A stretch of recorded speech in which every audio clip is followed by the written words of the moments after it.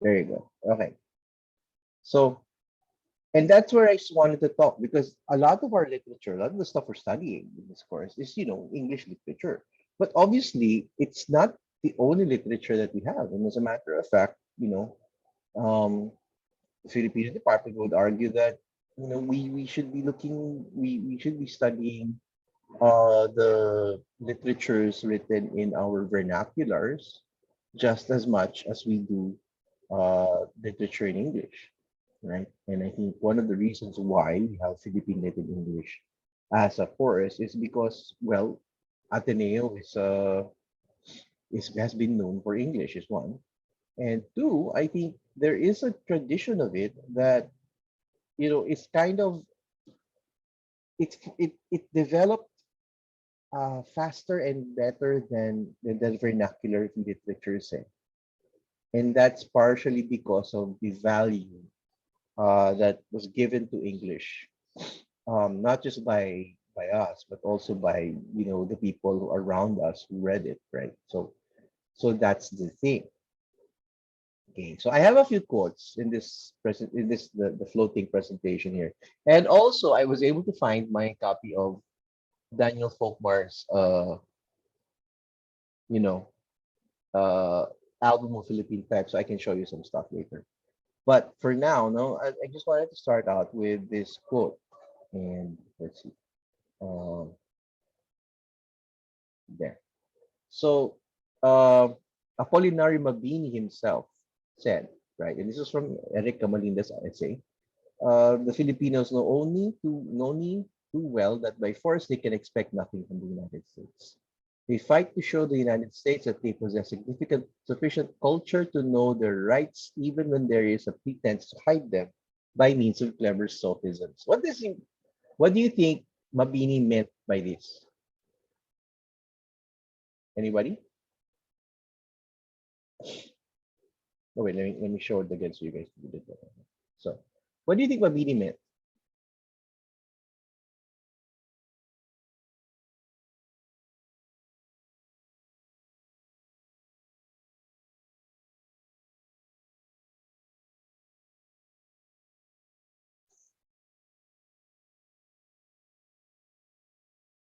Sir, Go.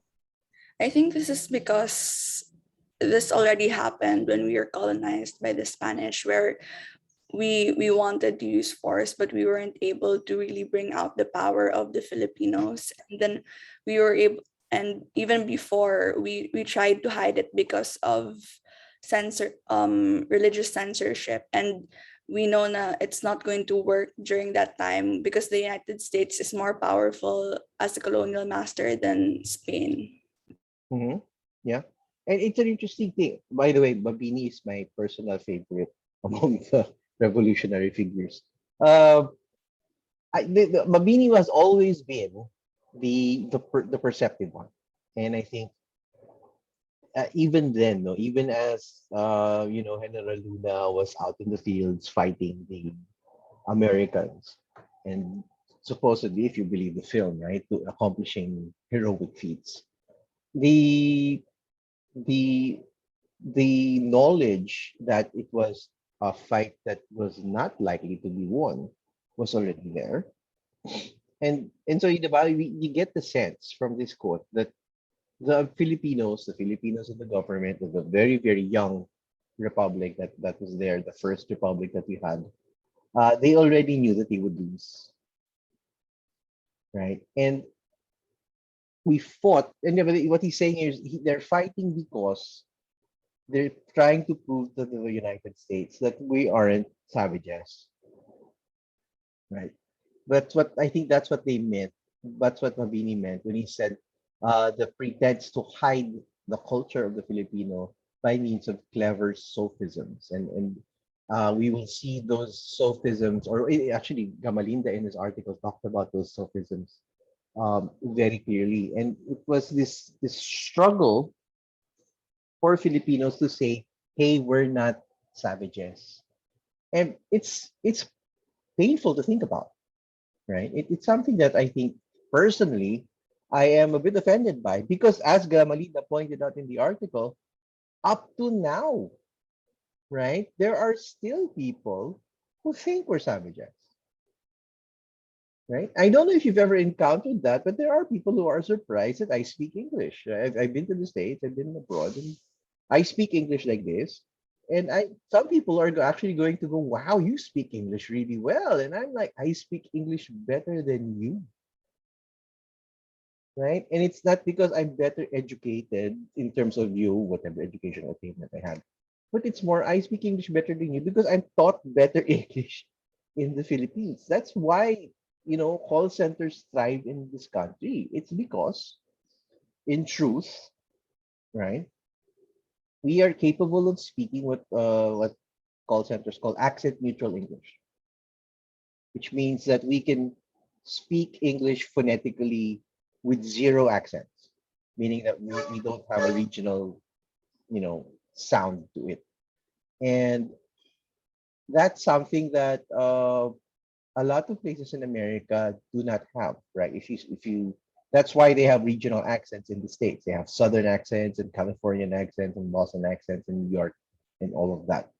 So here, because of the way we're taught, right? We're taught very, very exact grammar. We're able to speak. We actually are able to speak better English. We pronounce words better than they do. Hence, our attractiveness to call centers. And yet, we're still thought of as savages. And one reason for this is, and this is something I noticed if you watch mainstream media, particularly TV shows or even the news, right? Whenever it's the Philippines, what images are there? Kunyari CNN, right? Philippines, news about the Philippines. And they're using, let's say, file footage or stock footage. What's the footage that you remember seeing?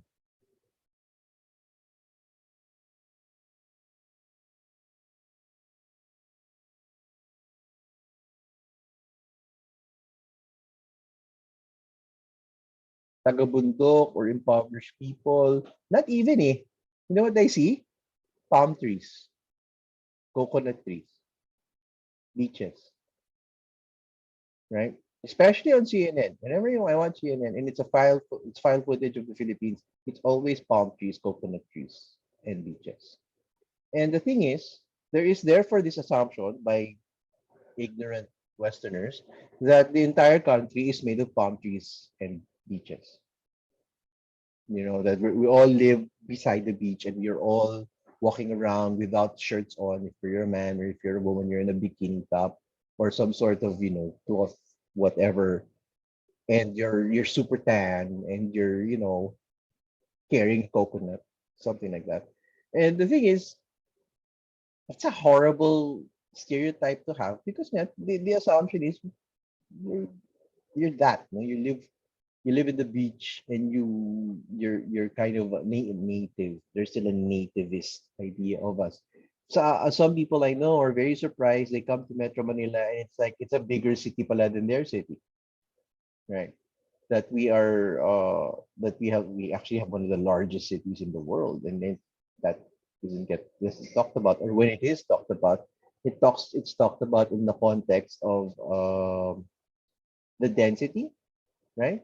Traffic or pollution, right? Or yes, poverty, right? The slums get footage as well. And so imagine therefore the impression that is given to the Westerner, right, who may not know of the Philippines other than what he or she sees via this media. The other thing is, and this is something naman I see in television shows, is that the Filipino is sometimes the terrorist, and I've seen that, like in the States. There are some shows which will show us as the Muslim terrorist, pero Filipino, so they speak Tagalog. And again, right, what impressions are given? We're given the impression of this savage, right? This the Filipino prostitute or maid, yes, yes, the sex worker, right? Unfortunately, kasi um, that was one of the what is it? Consequence.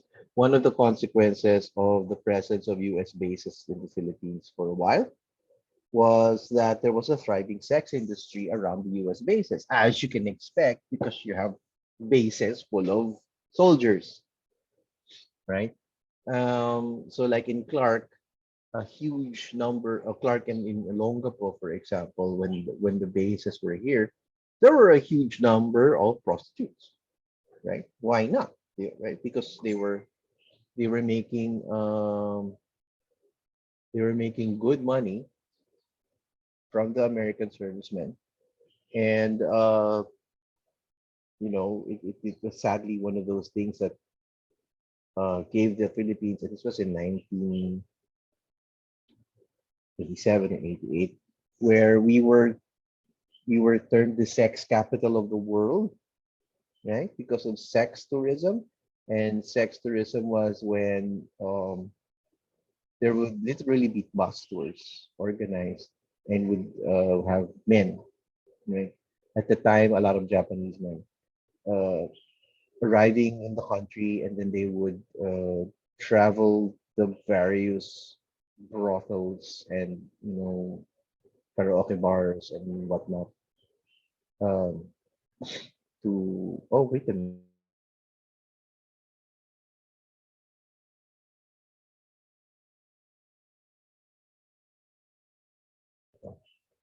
There you go. Okay, so I'm having tech issues today. Okay, so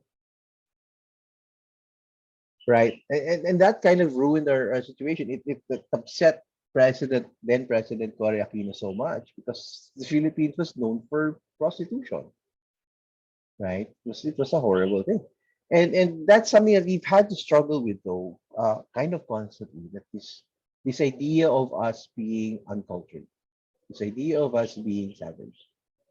And Felix is saying his dad is from Olongapo. And yeah, he can attest to this. Dad growing up used to own a club in the main avenue of the city. Yeah, it was a great business, right? And I'm not knocking the sex industry, that came up out of it. I think it would be a natural consequence of the presence of something like a US base in the country. It's that you will have sex workers because, again, foreign currency plus a lot of men, you will have a lot of it. There were, of course, cases of violence. That's why also you have the presence of what's called GI babies, right? Children of, children who are born from these prostitutes who and get impregnated by these servicemen, right? And there was a funny story that I had where one of my friends, um, because he's naughty, right? And his dad is naughty. They were in the States, right? And they were enjoying the fact that they could speak more than just English. And so they were in a subway or a bus, one of those two. And they were behind this big black man, right? Who was in front of them, and they started to make fun of the black man, right? I'm not saying it's right, but that's what they were doing. They were calling him Unggoy, right? Nakalaki dito Unggoy na kasama ko. And then the dad and the son were doing this. They were poking fun. And then as they were there, right, in the bus. And then as the bus stopped and the black guy got off, his friend outside says, "Oy, pare, kumusta na?" And the guy says, "Oh, ito, unggoy-unggoy lang." And my friend and his dad is like, "Oh my God."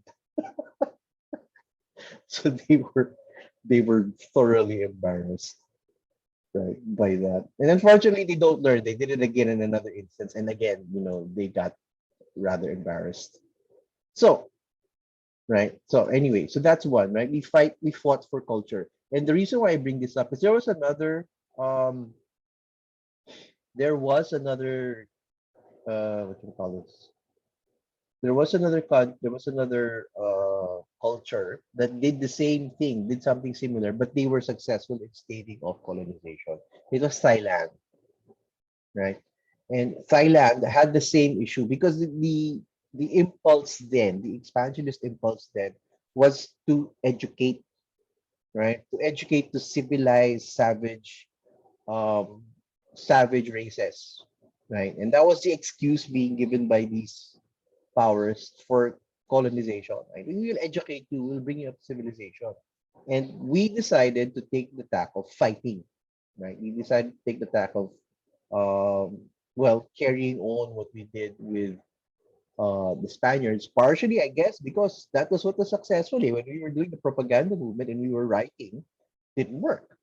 And so we decided to fight. The king of Thailand took a different approach. You guys remember the play The King and I?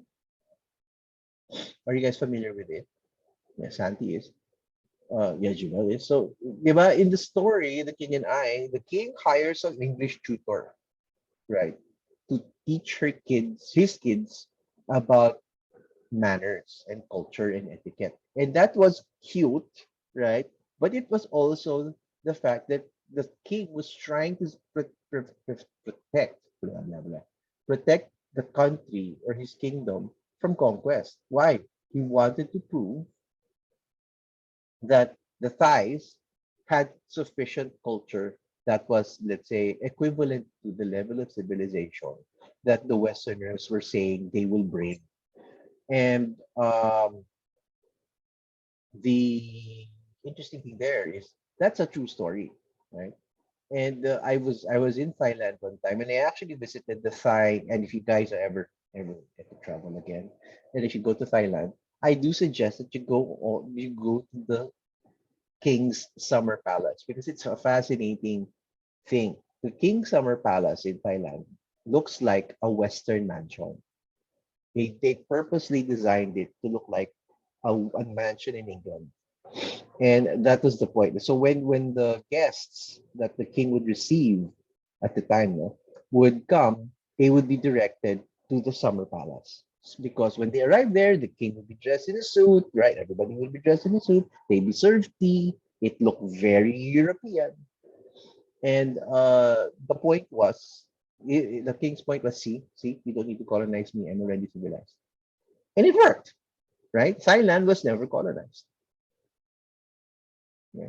And so that's why they have I would argue a clearer sense of self-identity than let's say our we do, right? And a lot of countries do, not just us. In Indonesia, I think Burma and all these post colonies that in Asia suffer the same problem of confusion of identity, right? Because of this.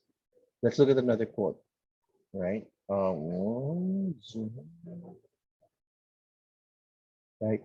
One proof of the Filipinos' inferiority was the fact that they had not been able to produce a national literature. Right? The languages have produced little or nothing which can claim to be literature in the sense of elegant and artistic writing, wrote Mr. Blake in 1911. The literature of the Philippine languages is literature only in the broader sense of written speech. So um, that, and somebody said that, right? I forget who, I think Jubel said it, right? But the problem is that we weren't able to produce much because we were being censored, right? We did not have access to printing. And so by 1911, really, who would be the writers could be there? You'd have Rizal, right? You'd have Rizal, you'd have some work by Mabini, some work by the propagandists, Paterno. And the thing there is they weren't really massively published because we had no access to it. And so for them, for Blake, therefore, and the problem also here is remember that Blake would have had to read it either in Spanish or in Tagalog, and I doubt he read it in Tagalog. Right? I doubt he read Tagalog work. At best, he would have read Spanish work. And there was precious little of that. Right? And so you have this weird idea of us not having a national literature. The other one, which is interesting, is that we were not really writing a national literature yet talaga, right? If we look at the development of our literature, we only started to really write national literature in the sense of us recognizing ourselves as a nation and writing, if you take Fanon's point, writing to ourselves, writing to the Filipino, then we were writing that during the American time. So he is kind of right. But it wasn't really much of a national quote unquote literature, partially because we had just kind of come into the idea that we were a nation. So we hadn't really had time to produce national literature, right? And so he's kind of right. I don't agree with what they did, but he's kind of right in that sense, no? And this was one of the justifications that the Americans had uh, to try and well to justify subjugation, right? To justify turning taking us over. And here's another one, right? The ability to read means little in a society where people had nothing worthy of being called the literature. And this is James Leroy, 1914. And then Gamalinda says, unaware of results analysis of the future global role of America, he continues, it was felt that Philippines had not produced a body of writings which would serve to either acquaint its people with world movements and thought, or to bring them to them a rich native culture. Again, right? Two things. We're going back to Rizal. And even kasi, if let's say Mr. Leroy did recognize Rizal, he was saying body of work, right? And the fact is, we weren't producing a lot at the time. We were still trying to, una we were still kind of wind down from the whole war and revolution, and suddenly somebody else is here, kind of thing, to actually produce a lot of stuff. Plus, the level of education as at the time was very low, right? Thanks to Spain, right? And so, I'm gonna stop here because I've been yakking away for like 25 minutes now or something.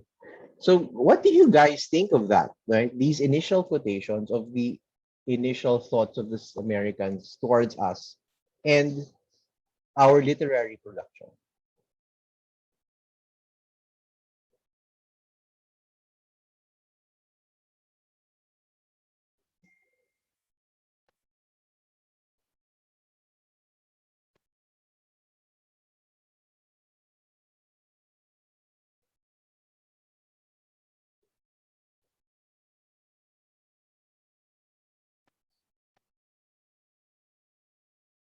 Anyone? Wala?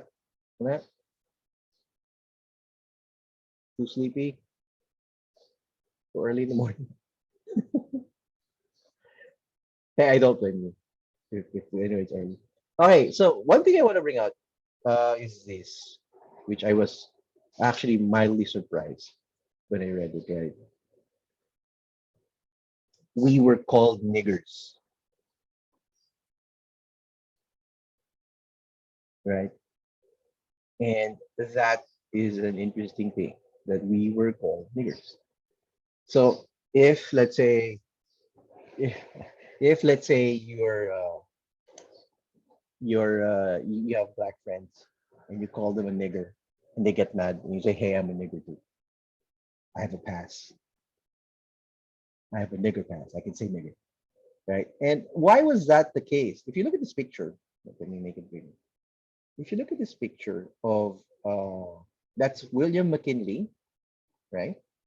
That's William McKinley, and this was one of the uh, cartoons that were being published during the time around the time that people were deliberating whether or not the Philippines should become a property of the United States.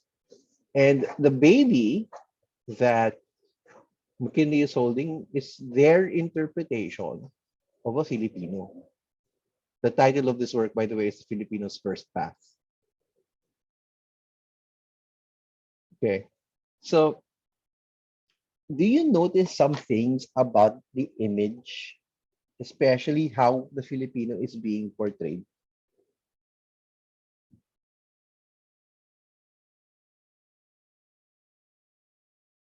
I guess, sir, yeah, what Sean said, we were their little brown brothers, and also they still view us as very immature and uncivilized, as with like the way that they portrayed us and what we're wearing. Also, I think it's interesting to note that there are also people in the back who are obviously colored people Yeah. who are donning on the American flag themed clothes.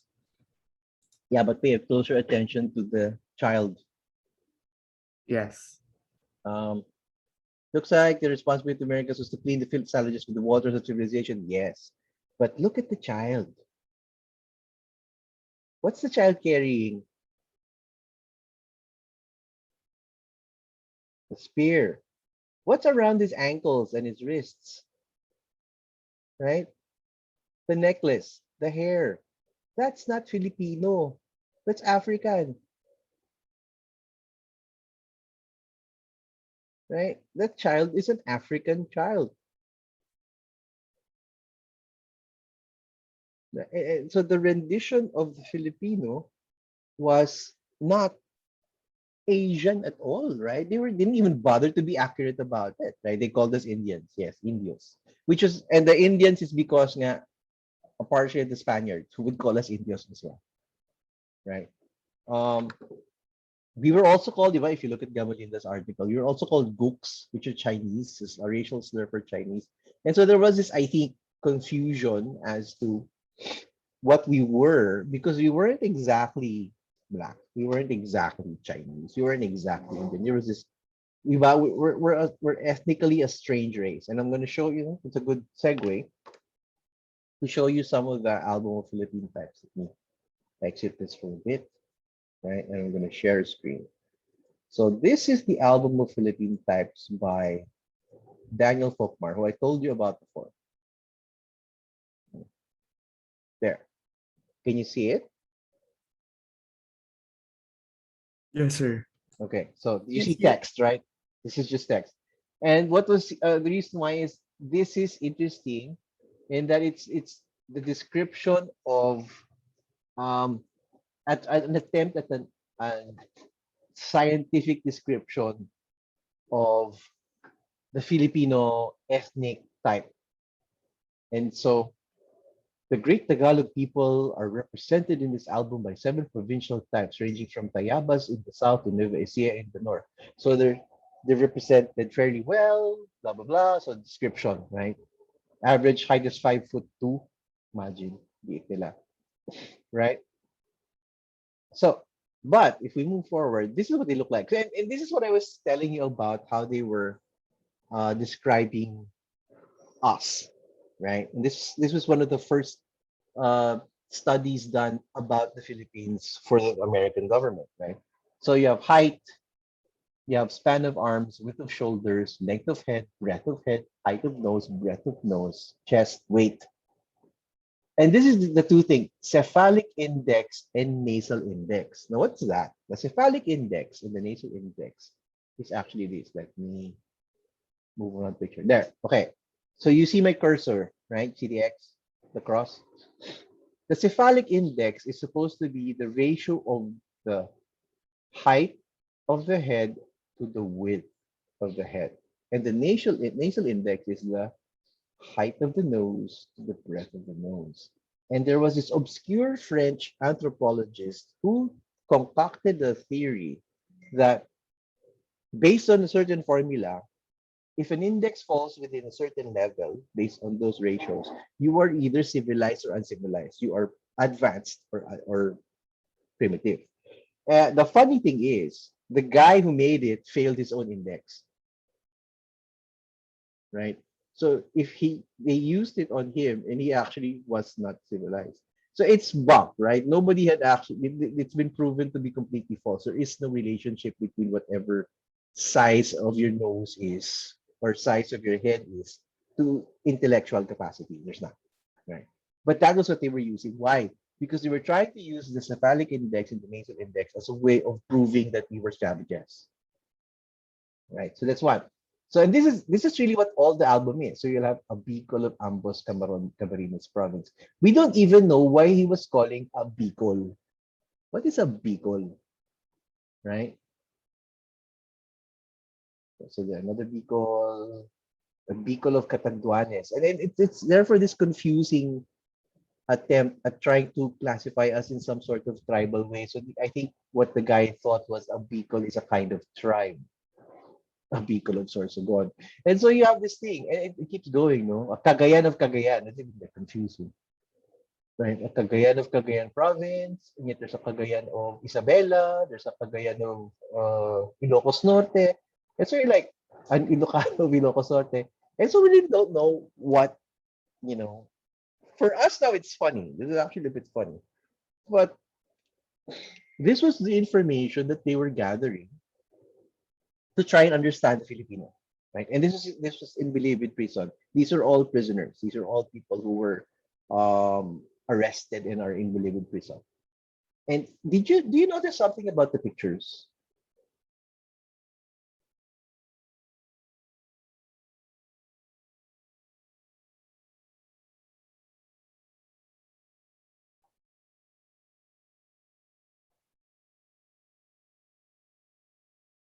An Ilocano of Pangasinan. It's just an Ilocano of Tarlac, which is like, if you do that here, you say you're Ilocano from Tarlac, people are going to go, what the hell are you talking about, right? What the hell is an Ilocano of Tarlac? But did you notice that let me show you another picture. Did you notice that the pictures are dark, right? Did you notice that? That we seem to be darkened. And this obviously looks like it was manipulated with that picture, right? And this is the age, yes, darker than usual. Why? That was also done on purpose. Why was that done on purpose? Because they needed to show us as, right, as niggers, right? Yes, just so they could get their point across. This album of Philippine Types was one of the documents present in that St. Louis World Expo, right? Alongside those poor people who were in Bahag in the cold, right? Who were being exhibited as tribes. This was there also, these pictures, right? And so, the idea, therefore, of presenting us as savages, and more importantly, presenting us as niggers. And nigger is a very strong word because it connotes a lot of things. One is, of course, Negro, black. The other is slave, right? And concepts, um, both of those concepts position the Americans, the white Americans, um, higher than us or whoever else they were uh, trying to present themselves as better than. Here's another picture, right? And there, this is so racist. It's funny, right? The White Man's Burden is the title of the cartoon. Same magazine. It was a political magazine that was present at the time. And again, no, we were being carried by Uncle Sam. We're one of those uh, African-looking people uh, being carried by Uncle Sam. The person ahead of them, right, is of course England, right? Who carried his own bunch of primitives, right? There's an Indian you can see, right? You can see some Chinese. But again, the idea that the white man, and very clearly, in this one, the white man is the one that will bring these people to civilization. Imagine the hubris of that, right? Imagine just the pure hubris of that. It's the white man who will bring us to civilization and bring us poor niggers to civilization. And now more than ever, I relate more to Dave Chappelle's comedy because hey, I'm a nigger too. So one more photo that I will share with you. This one, right? And this is from the Boston Sunday Globe. So this is a newspaper, right? So this was happening during the debates, and if you notice, right, the Filipino before expansion is I don't know if you can see. I don't know if I have a pointer on this thing. I don't think I do. But the Filipino before expansion is that guy that looks like an African tribesman. You see him with the arrow and the spear, right? Again, no, the portrayal of the Filipino as some sort of African savage wearing leaves, right? Wearing leaves. There's a bone through his hair. He has this bow and arrow, and he has this spear. And the truth was, we were fighting with firearms. We wore suits, right? And then there is that bigger image, right? The Filipino actor expansion, and again you see the Africanized features, right? The bad teeth, dark skin, right? We look black, like we look like black people, right? And in the images around it, around the central image, you will see a Philip on the lower right. You will see a Filipino wearing a suit, as opposed to him walking around in whatever class leaves, right? In the upper left, instead of them, the little yellow insert, right? Instead of them walking or chasing each other and beating each other with sticks, we'll teach them baseball, right? Right. Instead of them um, tilling the fields with a carabao, we'll teach them to use a carriage. I don't know. I mean, it's a little silly, but diba? And again, they were calling their colonization, right? They were calling it expansion, and that was something that we, by circumstance, happened to be one of the desirable assets that they wanted. Right? And so you see, therefore, this desire to justify and therefore say, wala naman tayong na-produce na literature. Wala naman tayong, um, we weren't civilized. We live in trees, right? And therefore, we should, right? We should conquer them and conquer us. They did. Yeah. Right? Which taught us English. And for better or for worse, and this is Eric Damolinda's final point, right? English is the mother tongue of the country as a country. You agree? I mean, do you get it before we move to that point? No? English is the mother tongue of the country. Do you agree?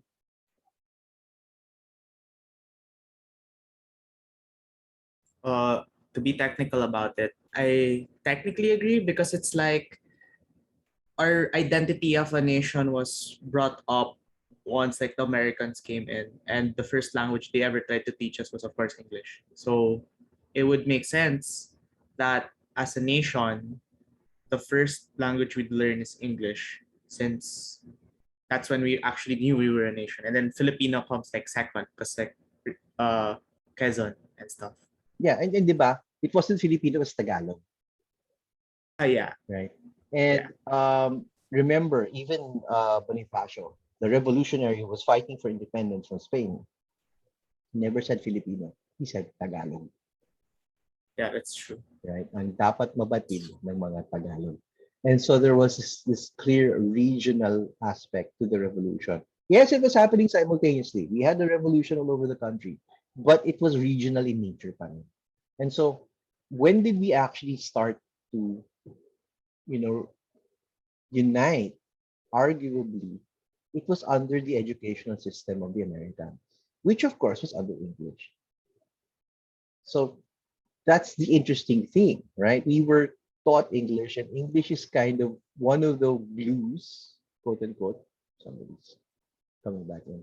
One of the glues of this country, right? One of the ways this country is held together is by English, which is why, as Gamalinda points out, right, English is still the serious language that we use. We're using it right now. I mean, pwede ako magsalita ng Tagalog, okay lang. Pero kadalasan, kapag kunyari yung mga pagkakataon ng edukasyon o ng business o ng seryosong talakayan, English ang ginagamit. And I'm not just talking about business, right? Even in politics, if you watch politics, when they get serious, they speak in English. They don't speak in Filipino. Very few do. Some do. Some politicians do. But most will speak in English, right? Even if you guys have never been in court, I hope you haven't been in court. But if you've ever been in court, the language of the court is English.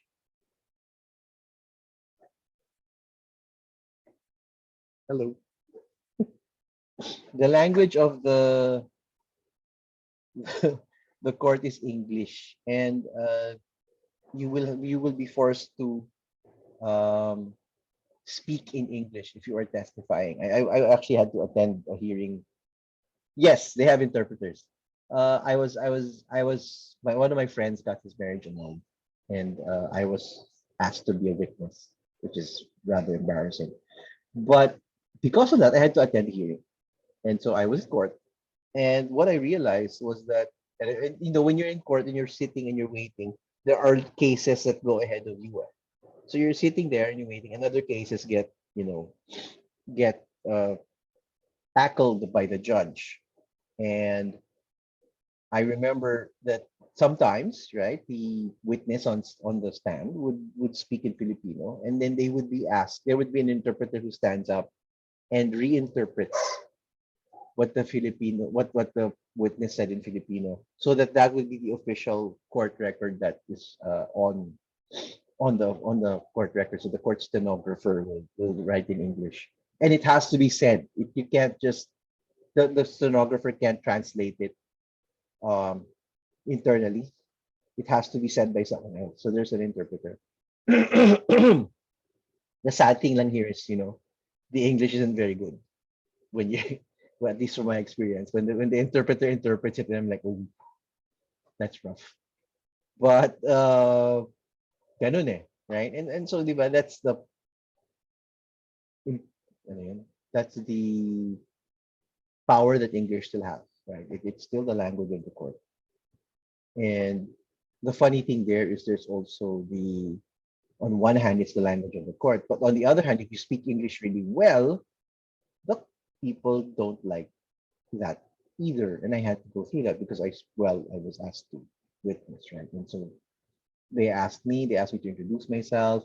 I spoke like this, right? I said that I taught him at the Medyo Manila University. Yeah. And so I kind of got the person in front of me, the clerk in front of me, I heard her say, hindi say no, right? Very clearly. And the lawyer got a little testy, right? Made sure that I was being respectful to him when I was speaking. And I was like, oh, should I have adopted a thicker accent? Just to maybe make them feel better. But it was what it was. So there's this weird thing, this weird relationship that we have with English. On one hand, it's this language that we use for serious business. It's language that is in the courts. It's the language of politics in this country. And yet, if you speak it well, if you're good at it, there are people who will ostracize you for it, right? Because you speak it well, right? And so it's saying part of why our justice system only has a judge and not a jury is because the Americans did not believe that Filipinos were not intellectually capable of deciding for their peers. Yes, right. Yes. Um, and I'm actually in favor of that, not because of that reason, but because it seems like ang tagal ng process, and it is already a slow process to begin with here. I don't think a jury system would speed it up. It would slow it down.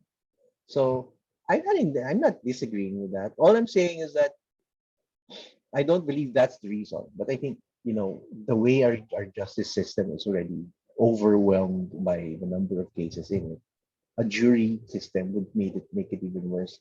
Because if you guys are familiar with the jury system, you are compelled to you have to participate in a jury in your life. You have to join a jury and sit there, and therefore the implication is that you have to stop whatever you're doing. You have to stop working. You have to stop whatever, and uh, be part of jury selection at the very least. And we can't afford that, right? Most Filipinos can't afford to stop work because you have jury duty. That's something that we cannot do. So yeah, I don't really think I agree with the idea that it's not for us. The jury system is not for us. So now what's happening to this thing? And my mouse is being weird. It's double clicking. Okay, so There. So that's not what I want to look at. This one. Okay. So this is something that Gamalinda said near the end of the article, right? That during a rally here in the Philippines, um, when the police started to arrest Professor Randy David, who is a columnist, TV host, he protested in English, and the police, daunted by his proficiency in the language, simply let him go. Inglesero. And you realize that there is a kind of political power that English still holds over this country, right? The urban poor not having a similar advantage were all hauled to jail. Think about that for a second. And then think about the Athenian impulse to become grammar Nazis in social media, right? We love, at least I see a lot of it. A lot of Athenians love to, to correct grammatical issues of people, especially if it's you know, a contentious issue or a political issue, and somebody's posting something, and or so there's an argument going on, and at a certain point, usually an Athenian will correct the grammar, right? We're kind of known for that. We're kind of seen as grammar Nazis, and uh, think about that in light of the political power that English has. And therefore, think about the power you exert if you're being a grammar Nazi. The power you're exerting over that person. Maybe inadvertently, maybe without the intention of exerting power over that person. But simply because of your proficiency in English, you have a certain level of political power, right? And that's an interesting thing, right? And so while we are, of course, uh, on this, we are trying to develop our Filipino, right, our national language, and of course we want wider use of it. We cannot deny that because of what the Americans had built, that we are a country that is that views English with privilege, and the privilege is inclusive of political power, right? So when you write in English, right, when you speak in English, when you talk to your friends in English, and there are people around who hear you and may not be as proficient in English, I'm not saying don't be ashamed of it, no, but be aware that there is a certain amount of um, expression of power that is there. You get? There is a language, however, that is even more politically powerful in English in the Philippines. You know what it is?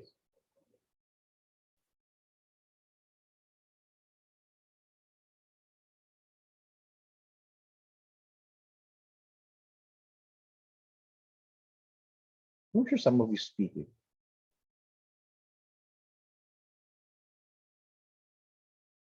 Spanish.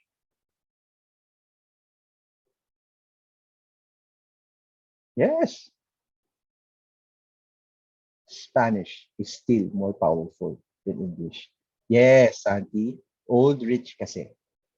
Why do you think konyo happened? The term. Not Chinese. Spanish.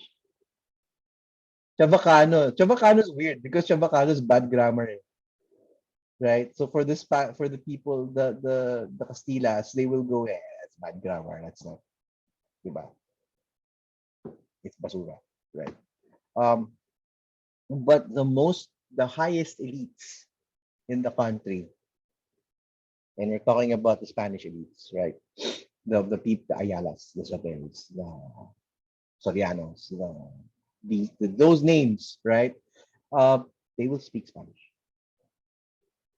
and they will speak it straight, and they will speak it clearly, and they will curse in Spanish, they will converse in Spanish, and that's a language that, diba, kahit tayo, wow, right? Mapapaganon tayo.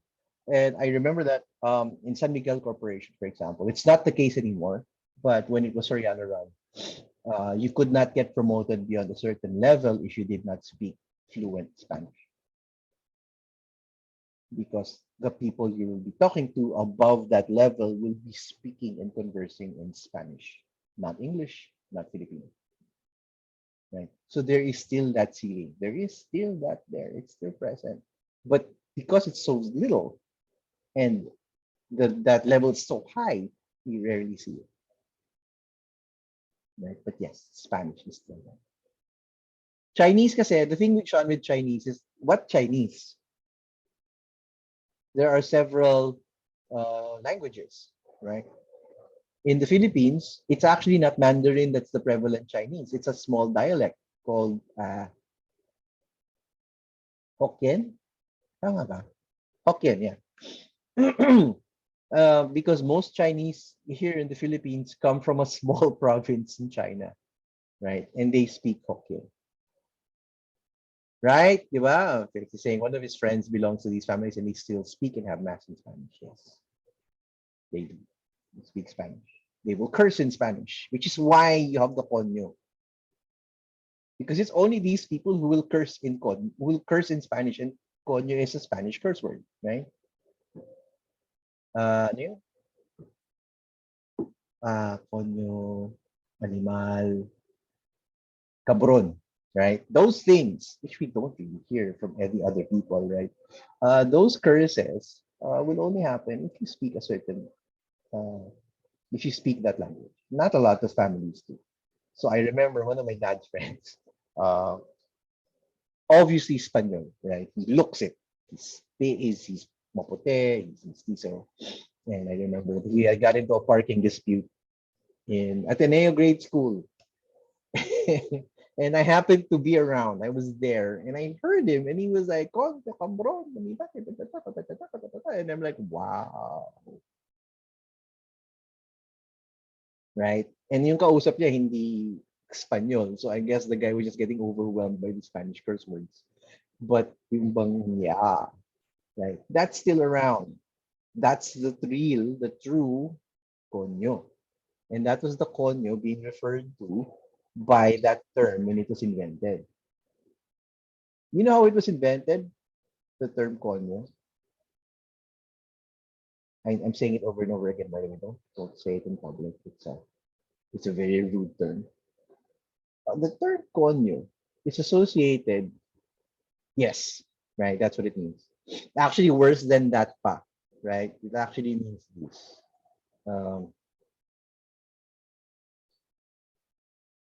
I'm chatting it. Right? It means that, right? So if you're wondering, it's very rude. It's a very rude term. Um, so that one kasi, it supposedly has its origins in Ateneo, where have you heard of ASOC? Yes, right. ASOC. What's ASOC? Sige nga.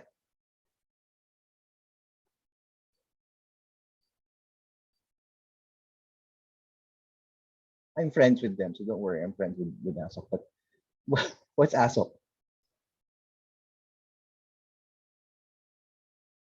The feeling fret. Now, no, parang ganun. But actually, it's a term for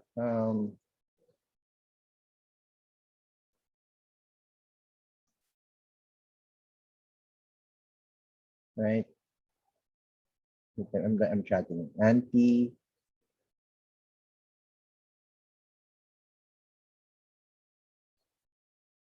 You were recruited kasi. Kasi mukha kang manginginom eh. Right? That's the original meaning of ASO. Anti-social society. And it was really these members of Babel, right? Members of Babel, dormers, and scholars who weren't economically well off. And this was during the early 90s, right? Early 90s and late 80s. And they were what was irritating them were the the upper class kids, right? The upper class students who at the time hung out in Xavier Hall. Diba, the waiting area, diba, where the jeeps pass, right? Before, that was where you'd get picked up by your sundo, right? The driver would drive by and pick you up uh, in your car and you go home, right? And so the socials would gather in Xavier Hall and they would of course talk in, you know, in the language that they use. And at the time, right, you had some members of the elite there. And so they would start talking in Spanish, right? They wouldn't just talk in English, right? They would talk in Spanish. And it irritated these guys. These guys have always hung out near the live walk, right? That was always our hangout. And so they would see these people walk to Xavier Hall. And they irritated these guys. And they were kind of going, konyo kayo dyan. Konyo kasi kayo, right? And that's where the term started, right? So from that rather derogatory term, it became a term that was defining an entire social class, right? Konyo kasi kayo. And it was this, and then and part of it is ignorance, right? They didn't know what konyo meant. They just heard them say konyo all the time. And so, you know, they said, well, whatever. Kayo yun. Right? And I'm sure when they found out what it meant, they just said, oh, talagang kayo yun. Right? So that was kind of how that term came about. Right? It was this response. And now, yeah, ASOC is, it's not a frat, it's a drinking, it's a group of people who drink together mostly. I don't know if they do anything else really. Right? A lot of them are members of Babel. That's traditional. But a lot of members of Babel become members of ASOC. But you know, it's that. I remember my friends were the founders of. I have friends who were the founders of ASOC, the first group of ASOC. And yeah, so they're okay. It's just that's what they do. So wait, let's do one more quote. Right. By 1915, right, the American-owned Philippines Free Press, which had only published Americans, was receiving so many poetry submissions from Filipinos that it gave in, but not without first commenting the Free Press is not much in favor of encouraging the young Filipino to verse, for he seems to take to it like a duck to water, and with much less reason, right? It's a strange statement in that, on one hand, the Free Press, which is still one of the most prominent literary awards in the country up to today, right? And the Free Press remains in publication up to today, if you didn't know. Didn't want to accept Filipino writers. Funny, no? When it says Philippines Free, let me highlight that again. Philippines Free Press, right? Philippines Free Press. And yet, for a while, only Americans could write on it.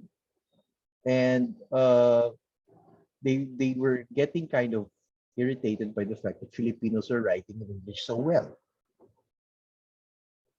Right?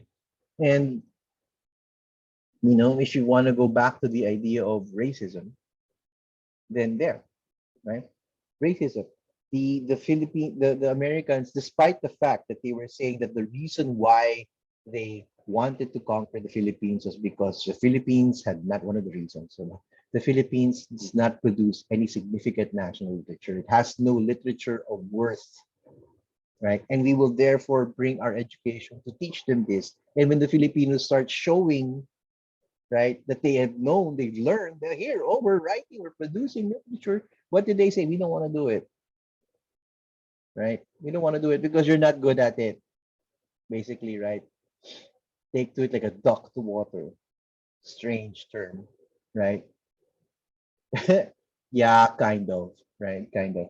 And the fact is now, no, if you read, and up to today, and this is something that I contend, if you read the language use of our writers, they write more beautifully than American writers.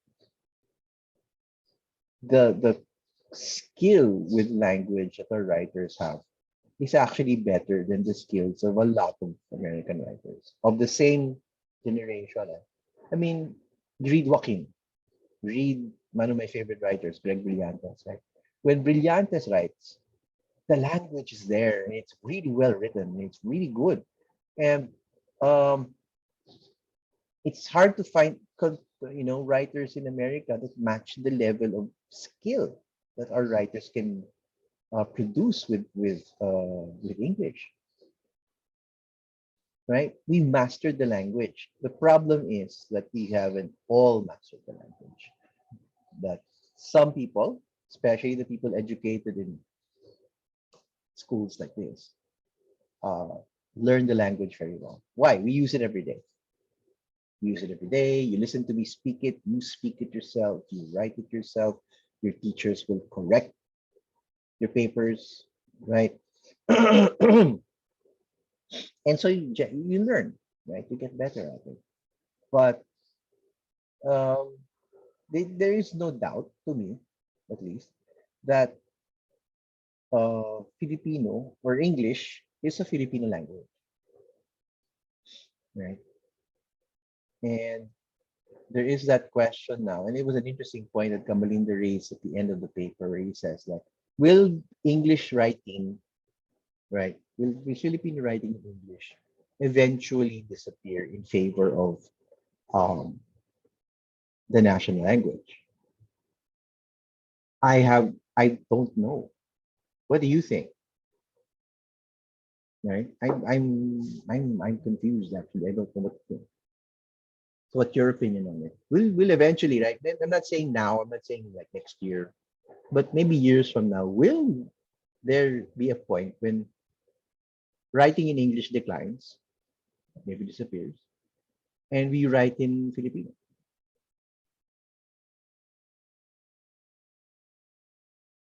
Oh, sir, my opinion is that no, I don't think so. Because Yeah. um honestly, like from what I've heard and what I've read throughout the throughout the years, it's like there's like some regional differences also that the Visayans have, the Cebuanos have, the Ilocanos have, people from Pampanga have. There's like different regions of the Philippines that have their own dialect that's not Yeah. Tagalog, and they're like, I don't want to learn Tagalog, and I'd rather Yeah. learn English more than Tagalog. Yeah. So it still plays into the point where our mother tongue would always have to be English, and I don't think that's like going away anytime soon.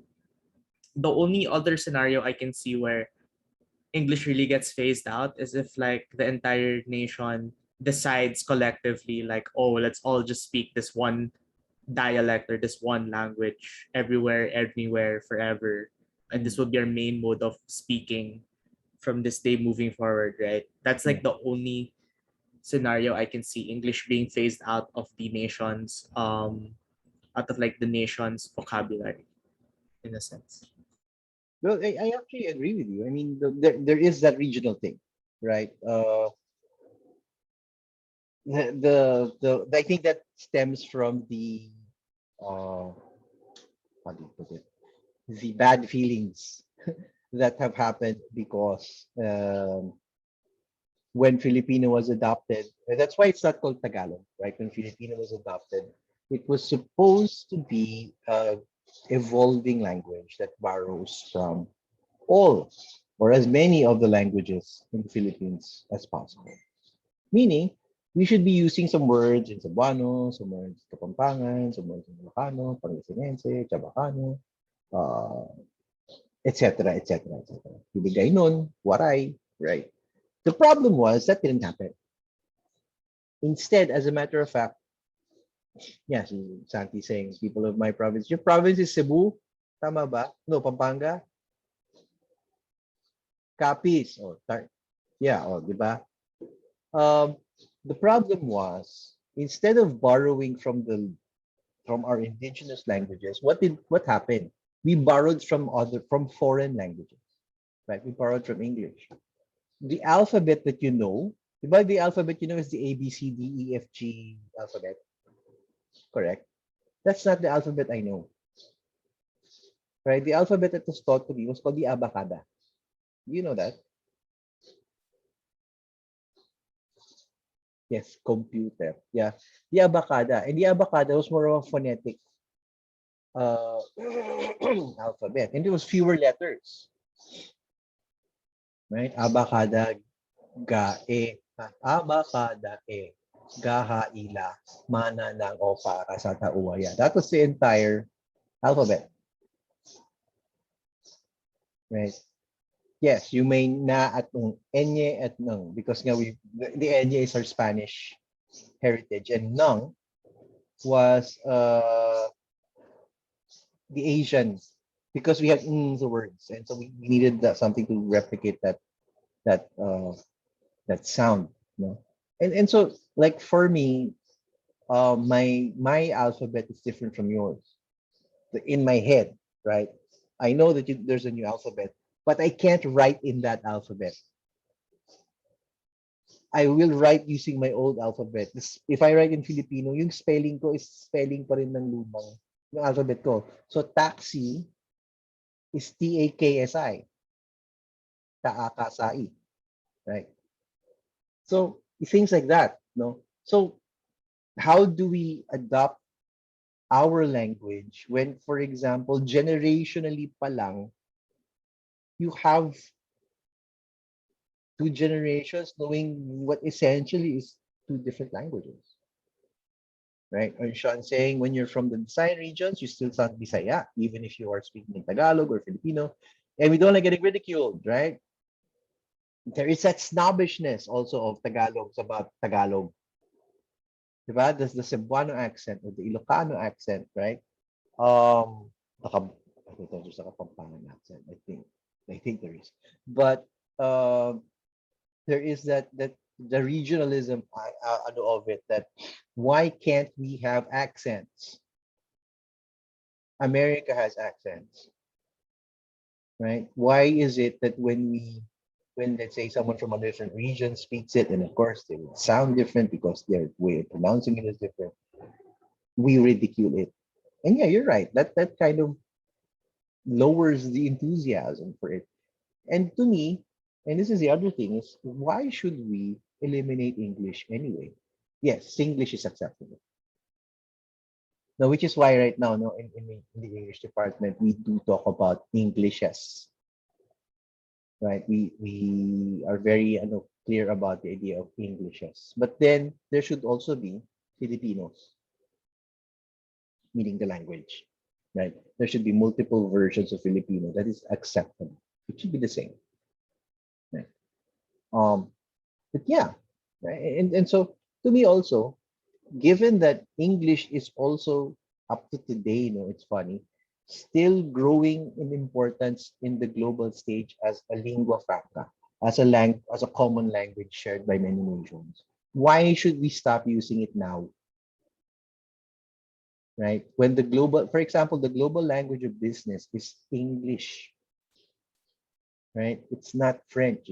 The global language of diplomacy used to be French, right? But now it's becoming English. Why? Because English is easier to learn, especially with Asian countries. English is actually an easier language to learn than French. And so that's becoming the more common global language. So if it's becoming it is a global language, if it's becoming even more acceptable, why should we work to phase it out? Now, I'm not saying that we don't work on building our language. We should. We have to. But I think part of that has to come alongside the recognition that English is also part of our life, part of the Filipino identity, right? And if anything, maybe we should be cultivating both, right?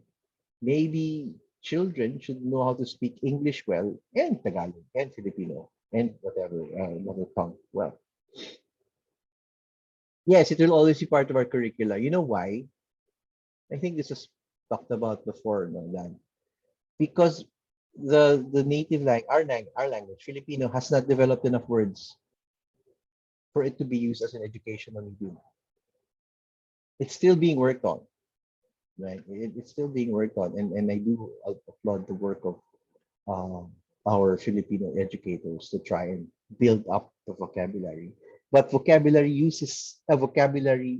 vocabulary grows because of use.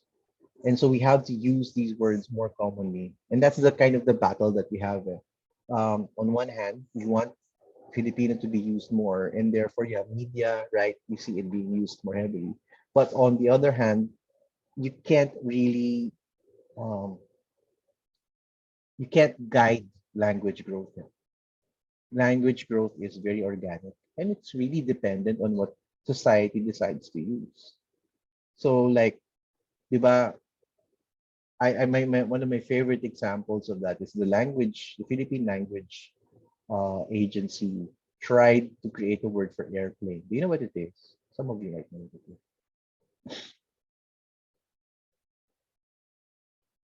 It's not aeroplano. It's not sasakyang panghimpapawid. What do you think the word for airplane was that was suggested?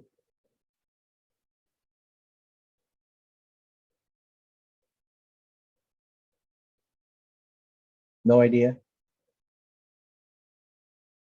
Salimpawpaw.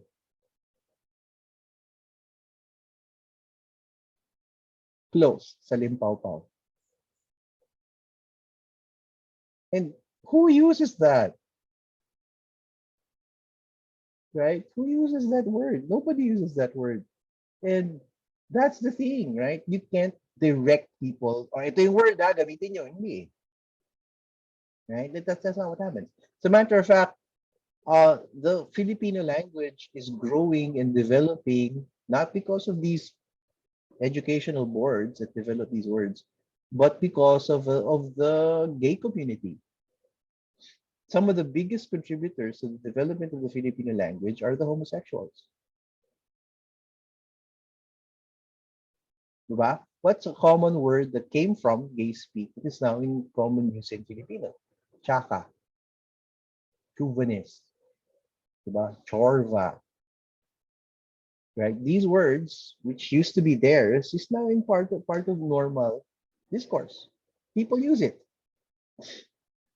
Right? Give me some. Do you have any other words? I'm not very versed in gay speak or you know, those things. I only hear what my friends tell me, and I haven't heard from them in a while. So, any new words? Charot, charot. Chos, right? What's eme? Sir, expression lang. As in, like, kunwari, after you say something, kunwari, nagkukwento ka, sir, tapos parang intense yung kwento or spicy yung kwento, bigla mo masasabi, eme, ganun. Yeah. So, eme ganun. Parang ganun yung continuation niya, no? Yeah, a relief, a way of breaking tension. That's part of language, though, right? Those expressions are part of language. Eme, diba? Chos. Another one that they use similarly is chos, right? If they're saying something and then when it feels like it's going to chos, right? To make it a little less intense.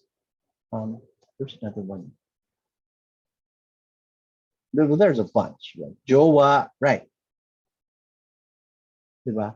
So, diba, these words are being developed not by educational boards, but by the homosexual community. But the reason why they enter into the vernacular is because they get used, right? They're used by the homosexual community, and then their friends pick it up, right? And it kind of goes into normal language. So yeah, Jowa. Another example of this is slang, right? Slang words. Those are usually the ones that become used. And so, diba, we don't have enough of that to develop the language better. And really, we don't have enough people writing in Filipino to develop it better. We need more people writing in Filipino. English is preserved as standard or premium, which makes people be compelled to use it because it's attracting. Yeah, diba? Thanks again to the Americans, Inglesero ka dahil edukado ka. That's the implication. May pinag-aralan ka kaya ka Inglesero. Right? And so people speak English, sometimes broken English or bad grammar because they want to present a level of respectability, legitimacy. You see this a lot in memes, especially fake news, which is why you know it's fake. But diba, for someone who cannot perceive that difference, it will look real. right? Should we be like Canada where the signs are both in English? Yes, I would agree. I would think so. Canada, however, is not completely English and French. Eh? Diba, there's French Canada, there's English Canada. So sections of it are. So I don't know if that'll work, but we should have something like that. I would actually think that's a good idea. If you wanted to promote Filipino, have language, have signs in both languages, right? Um, Instead of this kind of, we vacillate. Sometimes depends on the political winds. No, sometimes Filipino, Filipino, Filipino, and then suddenly, hey, wait, it's not working. O balik tayong English, and both sides get unhappy, right? When we should be emphasizing our use of both, and then that's something that we have to work on. But I do think that if you look at what we just talked about in light of literary generation and how we developed our national literature, then you can see that there there there is a delay, right, in our first recognition of our being a nation, one, and two, therefore the writing about it, right? We were writing about the nation we were writing as a national literature 20th century now, when other countries were writing about it much earlier. And that's something that we don't give ourselves enough a break for, right? So with that, we will end. I will be releasing the last module next week.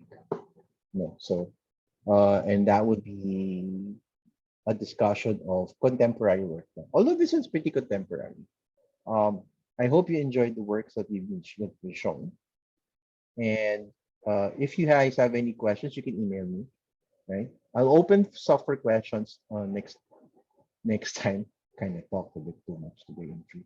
So I will stop recording.